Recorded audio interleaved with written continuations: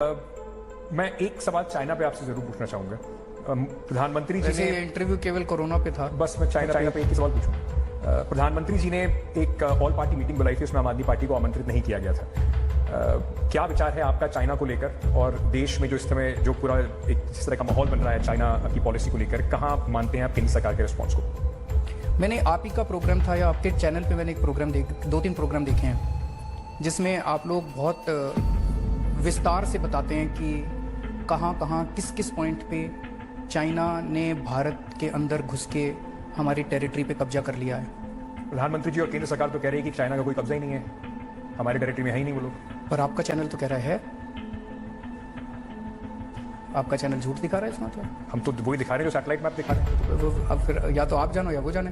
आपका चैनल कह रहा है, मैं समझता हूँ आपका चैनल कहता है हम सबसे तेज और सच दिखाते हैं। इस सीएए पर आप किस तरफ खड़े हैं? वहां तो आपने विरोध किया सदन में, संसद में, लेकिन आप किस तरफ खड़े हैं? ये क्या है ये CAB?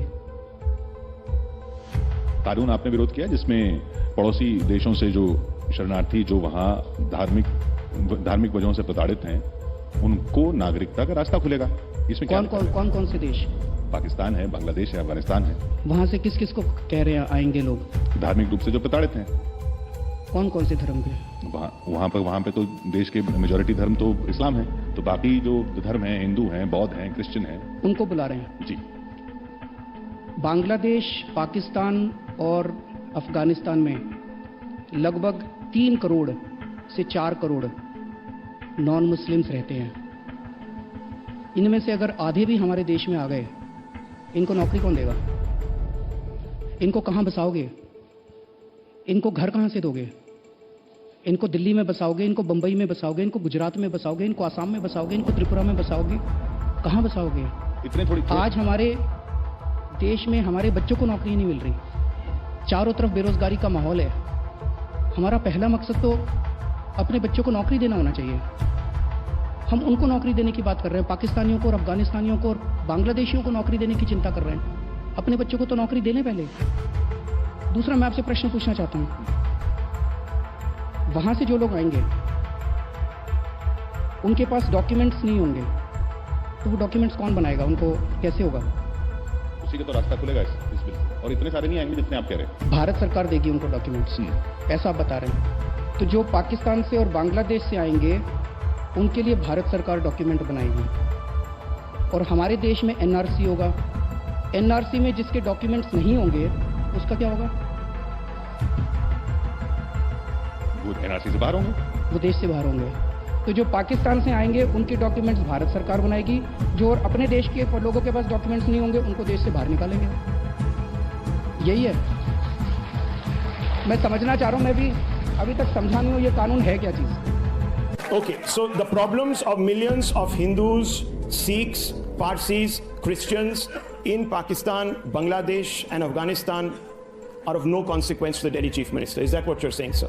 The problems of millions of Hindus, Christians, Parsis और क्या Sikhs, Jains and Muslims living in Delhi is my problem. So let me ask you. There are, sir, आपको पाकिस्तानियों की बड़ी प्रॉब्लम पड़ी है, भारत के लोगों की कोई प्रॉब्लम नहीं है। okay.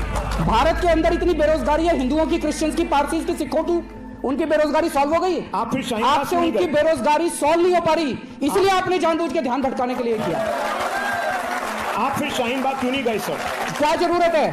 शाहीन बाग क्या जरूरत है? मैं आपसे ये पूछ रहा हूँ, आप अपने चैनल के जरिए, एक मिनट, जेएनयू के एक मिनट, छात्र जाते हैं, मैं आपसे पूछ रहा हूँ सर, आज तमाम इंटेलेक्चुअल्स जाते हैं, आप गए थे? मैं क्यों जाऊं? मैं आपसे एक चीज पूछना चाहता ये नहीं जाएंगे। हूं, मेरी बात सुनिए। We report, sir, We govern, Shaheen Bagh. We govern, sir. We have been. We govern. We have been. We administer. We have reported. We have reported. We have not distanced ourselves. We are amongst Shaheen Bagh. We have not distanced ourselves. Even sent one We have leader not to Shaheen distanced Bagh. ourselves. हमने Why, school sir? चलाए, हमने अस्पताल चलाए, हमने सड़कें बनवाई, हमने CCTV कैमरे लगवाए, हमने जो उन्होंने पूरे देश के अंदर बवाल मचाया है। और शाहीन बाग नहीं। उन्होंने पूरे देश के अंदर जो बवाल खड़ा किया है वो सर? इसलिए खड़ा किया है कि उनसे बेरोजगारी नहीं संभल रही। बट शाहीन बाग उनके देश के अंदर जो अर्थव्यवस्था का बुरा हाल है, इनकी हिम्मत नहीं है अर्थव्यवस्था के ऊपर बात करने की। इनकी हिम्मत नहीं है बेरोजगारी पे बात करने की। वो लोग इतने पावरफुल हैं, इनका चैनल बंद करा देंगे। इसलिए सारा दिन सुबह से शाम तक केवल और केवल हिंदू और मुसलमान, हिंदू मुसलमान। एक मिनट मुझे बोलने दीजिए आप। केवल 24 घंटे हिंदू मुसलमान करते हैं। ये देश सारे धर्मों से बना है, ये देश सारी जातियों से बना है। इस देश के लिए हर व्यक्ति अपनी जान कुर्बान करने के लिए तैयार है। और जो लोग इस देश को बांटने की कोशिश कर रहे हैं, उनके मंसूबे कभी सफल नहीं होंगे। ये देश कैसे आगे बढ़ेगा? ये देश तब आगे बढ़ेगा जब इस देश का हर बच्चा शिक्षित होगा। ये देश तब आगे बढ़ेगा जब इस देश के अंदर स्कूल, अस्पताल, यूनिवर्सिटी, कॉलेज बनाए जाएंगे। ये देश तब आगे बढ़ेगा जब इस देश के अंदर साइंटिफिक कैंपर बढ़ाया जाएगा।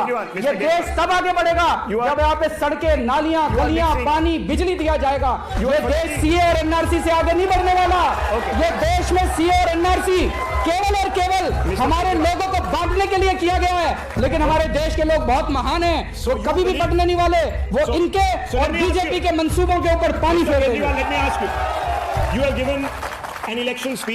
Thank you for providing me the platform. ये चर्चा मैं इसलिए करना चाहता था, इनके नंगेपन को दिखाना चाहता था, इनके खोखलेपन को दिखाना चाहता था, इनको बेनकाब करना चाहता था।